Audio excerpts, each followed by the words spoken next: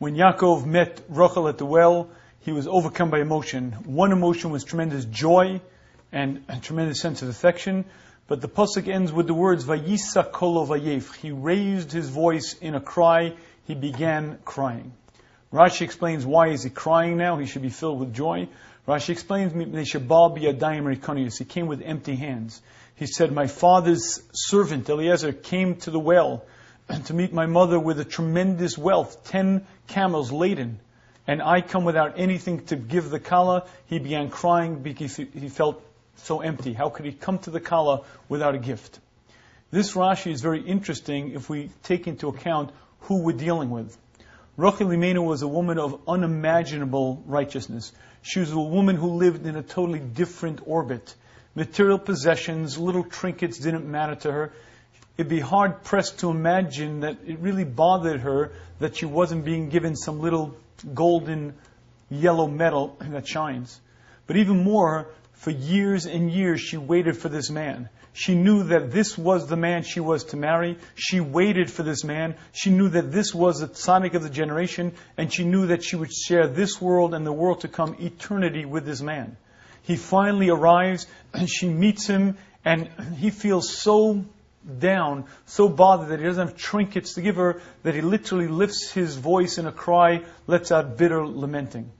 That's difficult to understand. But what makes it even more difficult to understand is why Yaakov came without a present. We know the Medrash tells us that Yaakov ran away from Esav. Esav sent out his son Eliphaz to chase down Yaakov and kill him. Eliphaz was a tzaddik. Eliphaz actually gets to Yaakov and he says, what could I do? My father told me to kill you. I can't do that. You're an innocent man. On the other hand, Matiya v'tzivo shel aviv, what will be with my father's command? Yaakov says, I'll tell you what to do. Take my money. There's a Gemara that tells us that a poor man is considered like a dead man. Take my money and therefore to be considered as if you made me dead in some way. You will have fulfilled the mitzvah of kibbut av. Meaning to say, Yaakov gave away the money. He traded the money so that someone else should fulfill a mitzvah, a very noble deed. Now, keeping in mind the fact that he shows up at the well without money for that reason, and keeping in mind the fact that a husband and wife go together into Gan Eden. Whatever level he reaches, she reaches. Whatever level she reaches, he reaches. They share their world to come together.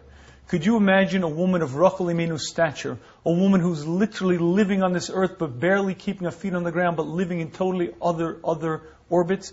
A woman who sees Rabbi Sheret, who sees the father of the Jewish nation, realizes she's going to join him finally in her ultimate destiny. And she recognizes the fact that he comes without gifts because of a great mitzvah that he did. Would you imagine that it would bother her? Would you imagine that she'd be troubled? Oh my goodness, I don't have some yellow soft metal to put on my wrist. We'd be hard pressed to imagine that Rachel would be bothered by it. So if so, why did Yaakov cry? And I believe the answer to that is the sensitivities of a tzaddik. The ways of the world are such that when you come to a kala, you give her a gift. I can't do that. There are certain social graces, there are certain niceties. I can't do that because circumstances don't allow me to do that. Yaakov was so troubled by that he literally let out his voice in a cry. It wasn't that he was in any sense not interested in doing it. Believe me, he was very motivated to do it. And he didn't do it because he couldn't do it. But the bottom line is, he couldn't go through the normal social graces. He couldn't treat the kala with the kavod due. He felt such a tremendous pain that he literally let out his heart in a cry. Even though it didn't bother her, it bothered him, because that is the great sensitivity of a tzaddik.